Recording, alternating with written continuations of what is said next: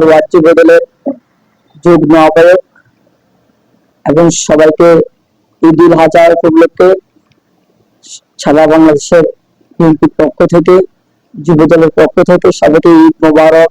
ঈদ মোবারক।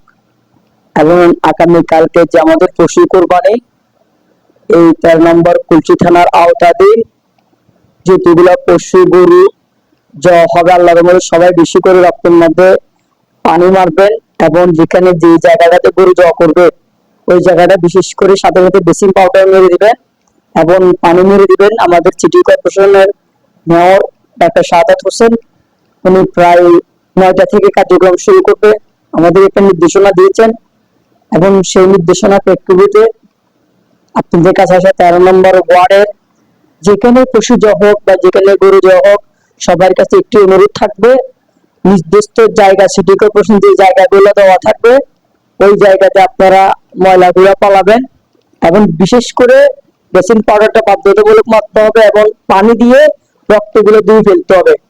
এটা সবার কাছে অনুরোধ থাকবে। এবং আমার দেশ নায়ক তারেক রহমান আমাদের প্রিয় অভিভাবক, ওনার দীর্ঘস্থায়ী কামনা করি, আল্লাহ যেন ওনাকে সুস্থ রাখে, অতি শীঘ্রই বাংলাদেশে যেন উনি ফিরে আসে। আর ডাক্তার ইউনূস সাহেবের কাছে আমাদের একটা আবেদন, ডিসেম্বরের ভিতরে যেন নির্বাচনটা দেওয়া হয় এবং ডিসেম্বরের ভিতরে নির্বাচন দিলে অনেক ভালো হবে দেশের জন্য। দেশের যে কান্ট্রির সময় যাচ্ছে, যে একটা অস্থিরতা যাচ্ছে, এগুলা ইনশাল্লাহ নির্বাচনের মাধ্যমে জাতীয় যে সরকারে আসুক, আমার কথা হচ্ছে যে সরকারের বসক যেন দেশটা শান্তিতে চলে। না 13 নম্বর ওয়ার্ড যুব দলের পক্ষ থেকে ওনাকে রিকোয়েস্ট করলাম যেন ডিসেম্বরের ভিতরে নির্বাচনটা দিয়ে দেয়। 13 নম্বর ওয়ার্ড পুরা পাশে এবং কুলশা থানা আওতাধীন যতটুকু আছে সবাইকে ঈদ মোবারক।